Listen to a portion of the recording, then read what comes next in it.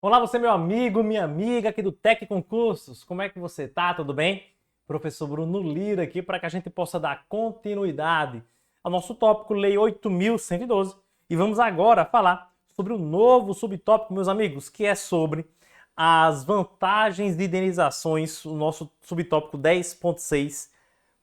Pessoal, é o seguinte, inicialmente nós temos aqui um esqueminha que eu fiz para que você possa entender melhor como é que funcionam essas vantagens da remuneração do servidor público, tá? Veja só, pessoal. Nós temos aqui as vantagens que o servidor público recebe. Essas vantagens nós temos indenizações, gratificações e adicionais, tá? Primeiro, indenizações. Pessoal, as indenizações, elas constituem uma restituição por um custo que o servidor público tem na natureza do seu trabalho, em virtude do seu trabalho. O servidor público, ele trabalhando, ele teve um custo pessoal, ele teve que tirar dinheiro do bolso para trabalhar. Então a administração pública tem que indenizá-lo. Essa é a indenização, tá? Nós temos ajuda de custo, diárias, transporte e auxílio moradia. Eu vou falar quando necessário, a gente vai falar e explicar um pouco sobre cada uma delas aqui de maneira mais detalhada, mas já podemos introduzir cada uma delas para você. Veja, ajuda de custo, pessoal, é uma parcela que é paga ao servidor público, quando esse servidor público se desloca para outra sede para ter um exercício de uma função em nova sede, porque a administração assim requereu, assim determinou. Então o servidor público mora em um local. A administração determina que esse servidor público deve ir para outra sede, exercer funções em outra sede. Não é em caráter eventual, não. Ele vai morar nesse novo local, ele vai exercer funções nesse novo local. As despesas, meus amigos, de deslocamento e de fixação dessa nova sede constituem a ajuda de custo. Então, a ajuda de custos é uma indenização paga ao servidor para indenizá-lo pelas despesas que ele teve de transporte e fixação na nova sede. Tá? A lei diz, eu vou tratar com você aqui, a lei diz que essa ajuda de custo não pode ultrapassar a soma de 3 remunerações do servidor. Tá? Não pode ultrapassar esse valor. Diárias. As diárias, pessoal, é quando o servidor público se afasta da sede de maneira eventual e temporária. De maneira eventual, excepcional e temporária. Por exemplo, uma viagem. O servidor público vai se afastar para uma viagem, passar uma semana fora. Então ele vai receber diárias por esse tempo que ele ficou fora. A diária tem a finalidade de quê, professor? A diária tem a finalidade de restituir esse servidor pelas despesas de hospedagem, de alimentação e transporte que ele tem nessa viagem que ele vai ter, tá? A viagem, segundo a lei, é concedida por dia de afastamento.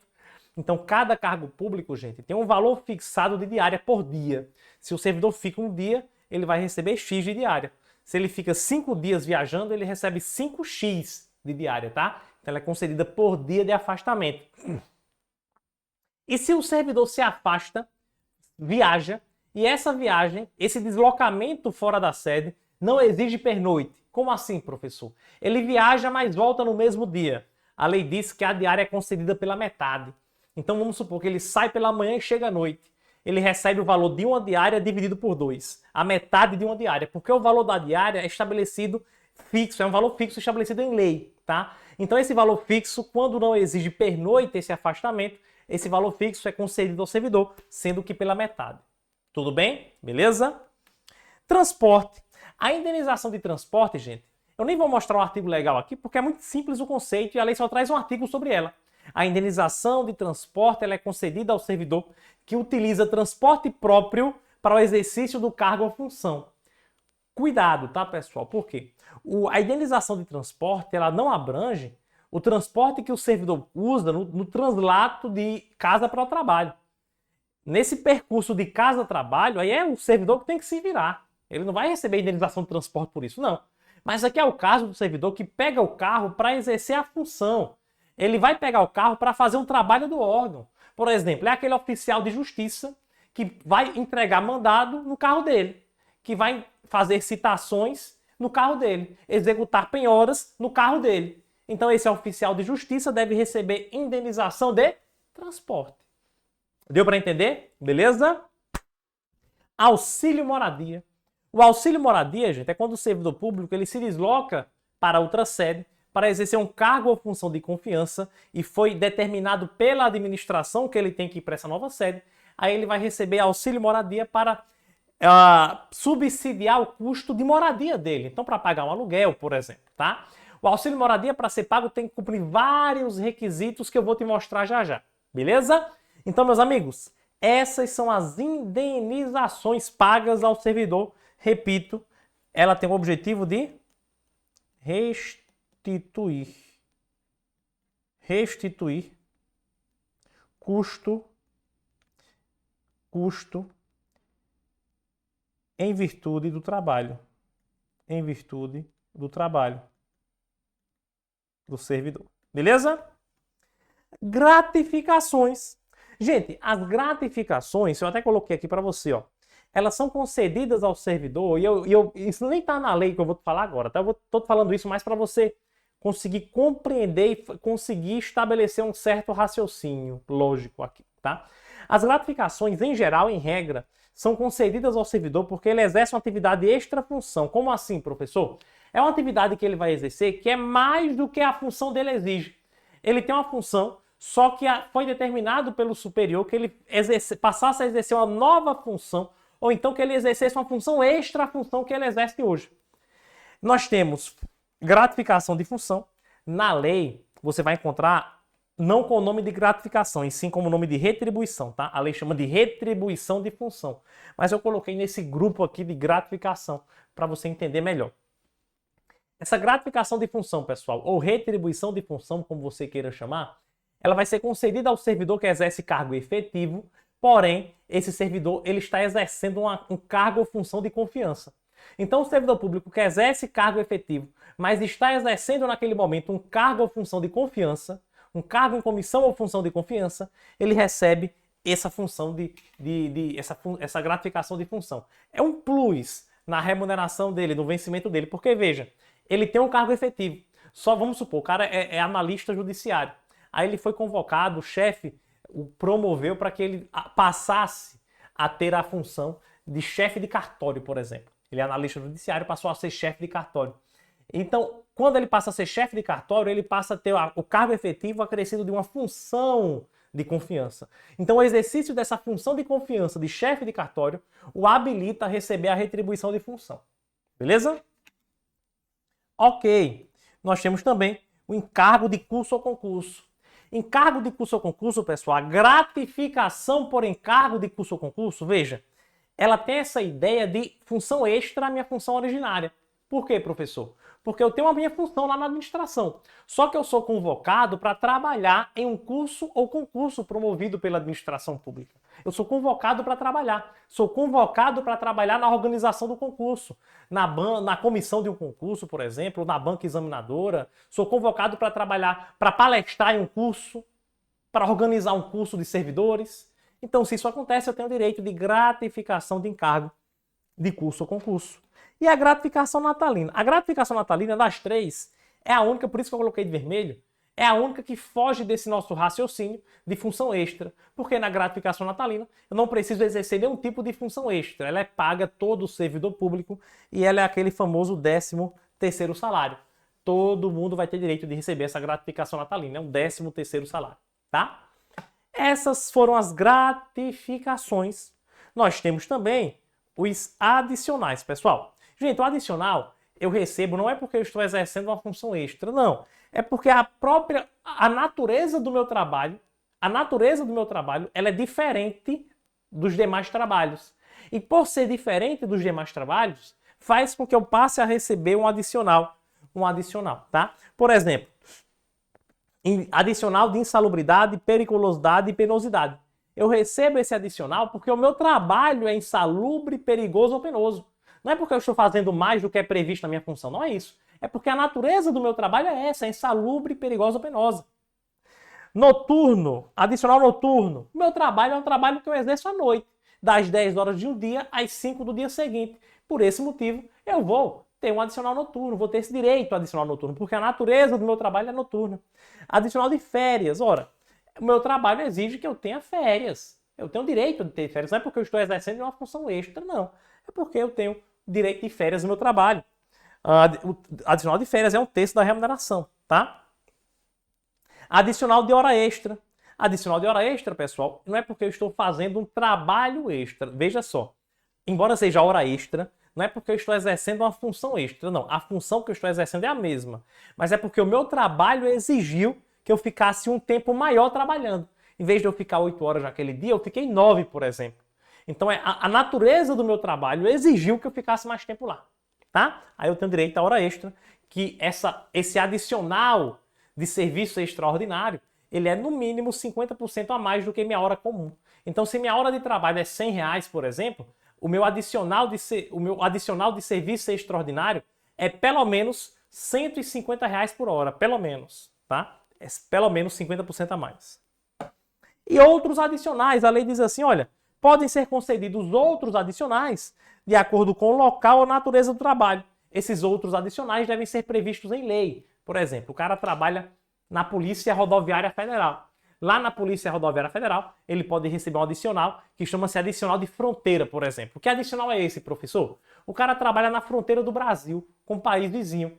E nessa fronteira tem várias dificuldades, porque tem falta de estrutura, falta de, enfim, comércio, tem um certo risco nesse trabalho. Então, o adicional de fronteira ele pode receber, porque a natureza do trabalho dele é ali trabalhando na fronteira. Esse adicional é instituído por lei, tá? Então, outros adicionais concedidos em virtude do local e da natureza do trabalho podem ser criados por lei. Tudo bem, pessoal? Então, aqui eu fiz um resumão para você do que é indenização, do que é gratificação adicional. Ao longo das aulas seguintes, a gente vai explicando cada uma delas quando necessário, tá? Por exemplo, agora eu já posso fazer uma questão com PERV, ela vai dizer assim, ó. O regime jurídico dos servidores públicos civis da União, Lei 8.112/90, preceitua que ao servidor podem ser pagas, além do vencimento, algumas vantagens, dentre as quais as indenizações. De acordo com as disposições da sobredita lei, constituem indenizações ao servidor. Então aqui ele está perguntando, meus amigos, sobre indenizações. Quais são elas? Questão facílima. Primeiro, letra A, transporte é indenização. Diária, também. Ajuda de custo, já vimos. Auxílio moradia, também já vimos aqui indenização. Letra A é o gabarito, sem sombra de dúvida. Ajuda de custo, ok. Auxílio moradia, ok. Transporte, ok. Adicional de férias, o nome já fala, é um adicional, não é indenização. Adicional noturno, o nome já fala, é adicional, não é indenização, tá? O resto tá ok, seria indenização sim. Gratificação natalina, o nome já fala, é uma gratificação, não entra. Auxílio moradia tá ok.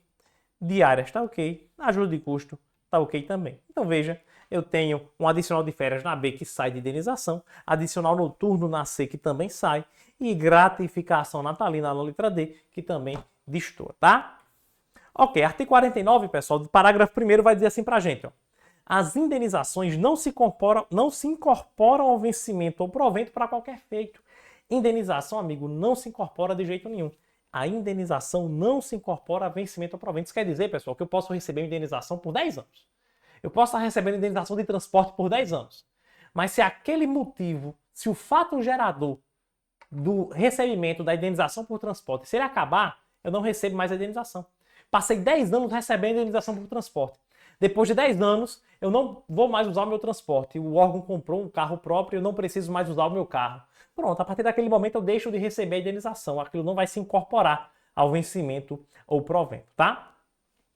Agora, as gratificações adicionais, elas vão sim se incorporar aos vencimento ou provento nos casos e condições previstos em lei. Então tem que ter uma lei própria, pessoal, dizendo, por exemplo, assim, ó, se você passa 5 anos, 10 anos recebendo tal gratificação, essa gratificação se incorpora ao seu vencimento e você não vai mais perdê-la. Por exemplo, isso pode ser previsto na lei, tem que ter uma lei própria prevendo isso, tá? Não está previsto aqui na Lei 8.112/90.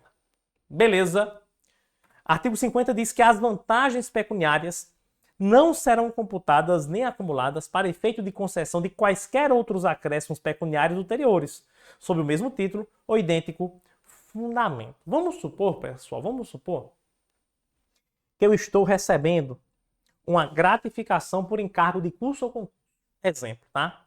Essa gratificação, ela é concedida com base em, ó, você vai receber uma gratificação aí com base em 20% da sua remuneração. Na minha remuneração, eu tenho lá, aquele contra-cheque que eu te falei, eu tenho lá vencimento, por exemplo, 10 mil reais. 10 mil. Aí eu tenho lá, gratificação, se era de 20%, 2 mil reais. Por encargo de curso ou concurso. Vamos supor que por meio de lei, essa gratificação por encargo de curso ou concurso, ela majorou de 20% para 30%. Gente, quando a gente vai aumentar a gratificação de 20% para 30%, eu não vou considerar, por exemplo, então a gente considera aqui, se ele tinha 10 mil de vencimento mais 2 mil de gratificação, então era 12 mil. Então, se a gratificação agora de 20% passa a ser 30%, vai ser 30% de 12 mil, que vai dar um resultado aí, X. Não é assim que faz a conta. Por quê?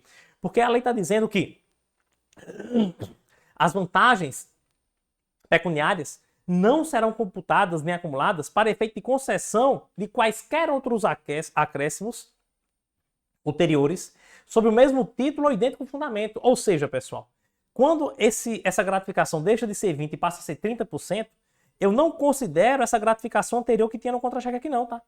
Então vai ser 30% não com base em 12 mil, vai ser 30% com base em 10 mil. Então agora eu vou receber 3 mil, que vai ser 30% com base em 10 mil. Tá? Então veja, essa gratificação anterior eu não considero para a concessão de gratificação anterior. Não considero ela no cálculo. É isto que ele traz no artigo 50. Tudo bem? Beleza. Artigo 53. A ajuda de custo. Lembra que a ajuda de custo é aquela de despesa de instalação. O servidor público vai para outro local, para outra sede, porque ele vai exercer uma função que a administração pública de ofício colocou lá, e ele tem que receber essa ajuda de custo para compensar as despesas de transporte que ele teve e de instalação nesse novo local. A ajuda de custo destina-se a compensar as despesas de instalação do servidor que, no interesse do serviço, veja, não foi ele que pediu para ir para uma outra sede, não foi no interesse do serviço, a administração que solicitou. Passar a ter exercício em nova sede, com mudança de domicílio em caráter permanente. Veja que nessa ajuda de custo, ele não vai lá viajar, passar um mês e voltar, não. Ele vai ter uma mudança de domicílio em caráter permanente. Em caráter permanente.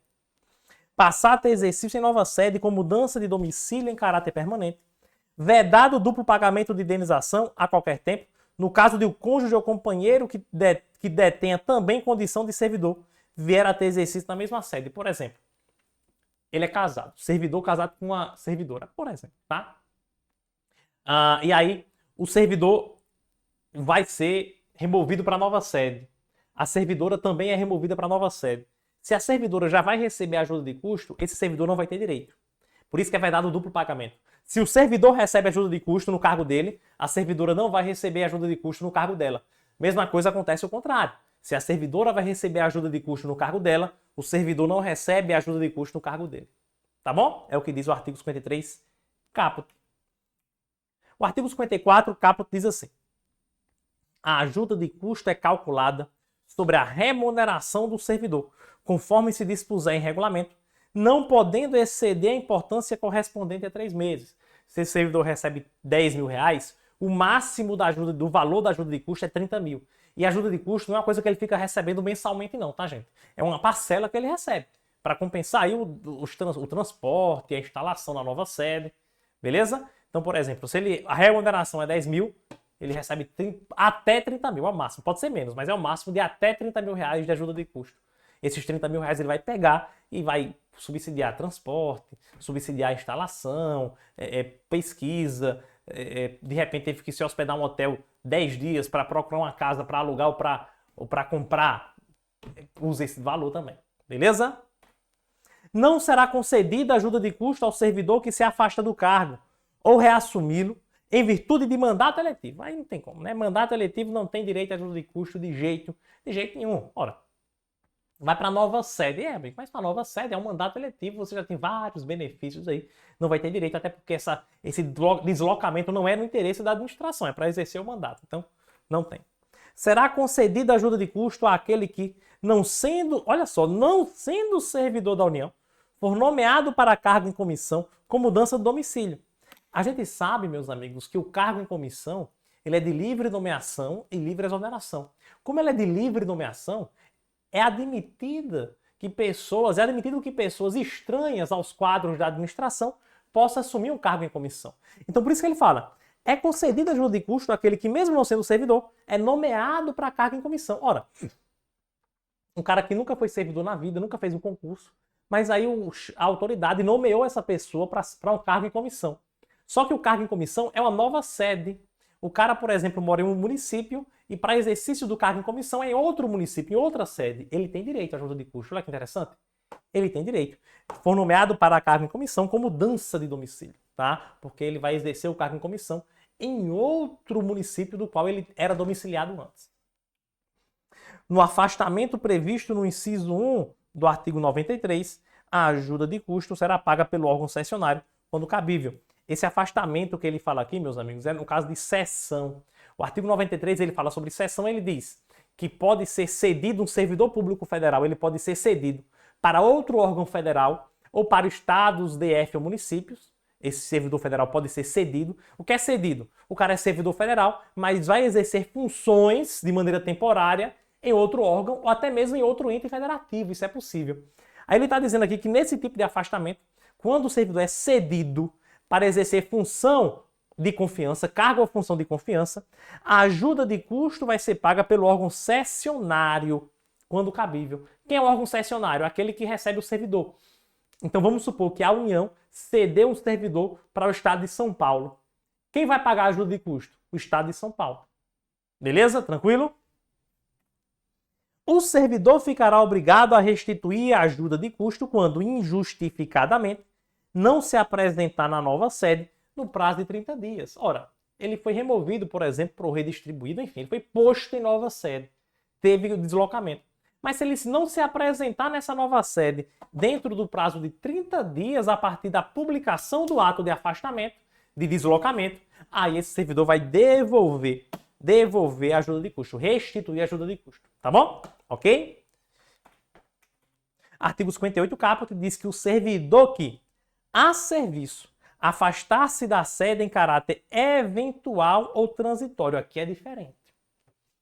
Aqui não é aquele caso que a gente viu, amigos, de caráter permanente. Em caráter permanente, aí o cara recebe a ajuda de custo que a gente viu aqui.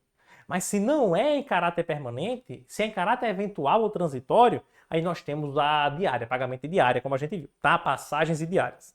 Então, o servidor que, a serviço, afastar-se da sede em caráter eventual ou transitório para outro ponto do território nacional ou para o exterior, fará jus a passagens e diárias destinadas a indenizar as parcelas de despesas extraordinárias com pousada, com alimentação e locomoção urbana, conforme dispuser em regulamento. Então, tudo que ele gasta com pousada, alimentação, locomoção, isso é restituído através de diária.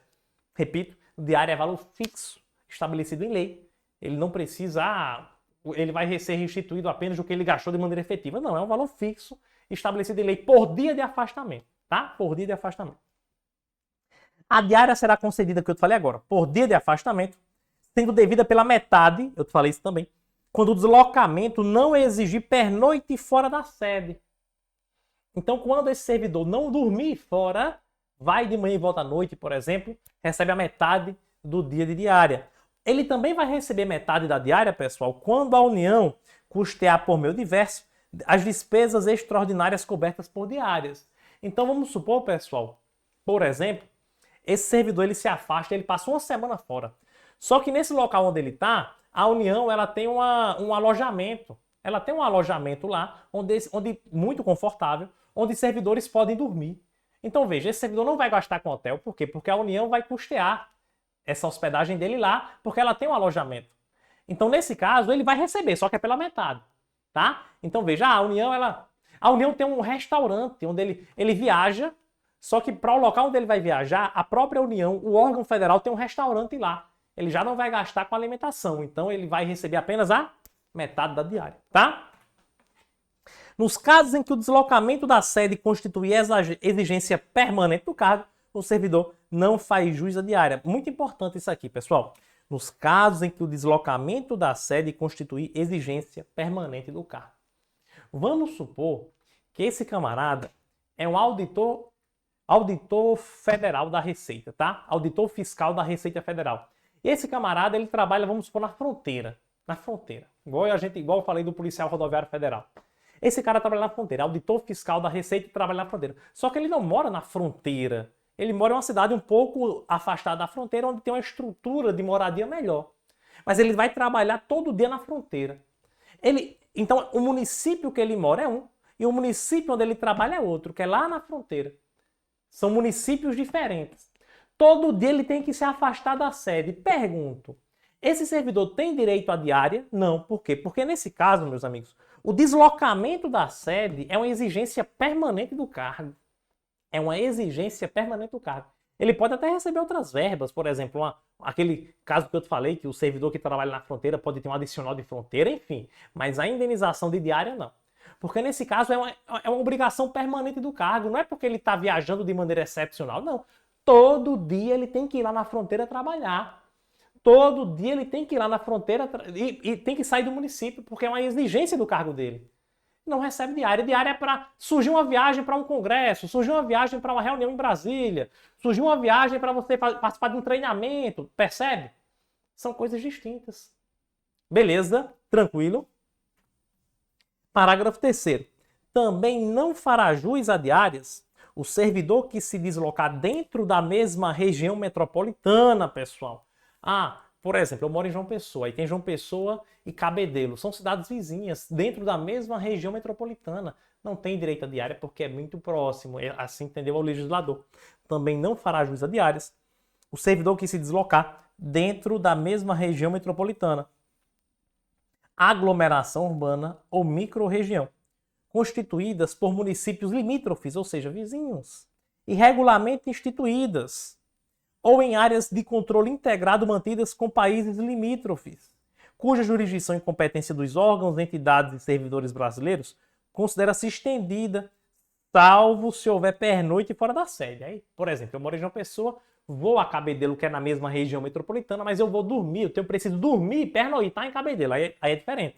Nesse caso, as diárias pagas serão sempre as fixadas para os afastamentos dentro do território nacional, ou seja, eu saio de João Pessoa e vou para Cabedelo. Mesma região metropolitana, mas eu preciso pernoitar em Cabedelo. Aí eu vou receber diária normalmente, né? Metade não, é normalmente. Tá bom? Beleza? Ok, agora, se eu vou a Cabedelo, que é a mesma região metropolitana, e volto no mesmo dia, eu não recebo nada de diária. Nem metade. Tranquilo? Artigo 59. O servidor que receber diárias e não se afastar da sede por qualquer motivo, fica obrigado a restituí-las integralmente no prazo de 5 dias. Recebi diárias, beleza, para me afastar, e não me afastei da sede. Recebi e não viajei, por exemplo, aí eu tenho que restituir dentro de 5 dias. Tenho que devolver essas diárias. Na hipótese de o servidor retornar à sede em prazo menor do que o previsto para o afastamento, restituirá as diárias recebidas em excesso dentro de 5 dias também. Por exemplo, ele recebeu, meus amigos, diária para afastamento em 10 dias. Então ele recebeu 10 dias de diárias. 10 diárias. 10 diárias. Só que o afastamento dele durou apenas 8 dias. Conseguiram voltar antes. Então, 10 menos 8, 2, ele vai ter que devolver 2 diárias. Vai ter que devolver o valor referente a 2 diárias. Tá bom? Beleza? Dentro do prazo de 5 dias. Aqui um pouquinho sobre auxílio moradia. O artigo 60A diz que o auxílio moradia, lembra que eu te falei, o auxílio moradia, ele vai ser pago para aquele servidor que se afasta da sede e vai fixar residência em nova sede, sim, mas aí é em caráter permanente. Por interesse da administração, ele vai ficar recebendo auxílio moradia para subsidiar esse custo que ele vai ter com a moradia nessa nova sede. Eu vou fazer o seguinte com você, a gente vai parar a nossa aula por aqui, já chegamos aí a quase 30 minutos de aula. Na próxima aula eu vou falar com você, explicar de maneira clara, de maneira com calma, vamos conversar sobre auxílio moradia e resolver questões. Combinado? Então, meu amigo, se você ficou com dúvida em qualquer ponto da aula, não tem problema, basta você vir aqui no meu Instagram, mandar sua dúvida, assim que possível eu te dou um retorno. Combinado, beleza? Valeu, forte abraço e eu te aguardo na próxima aula.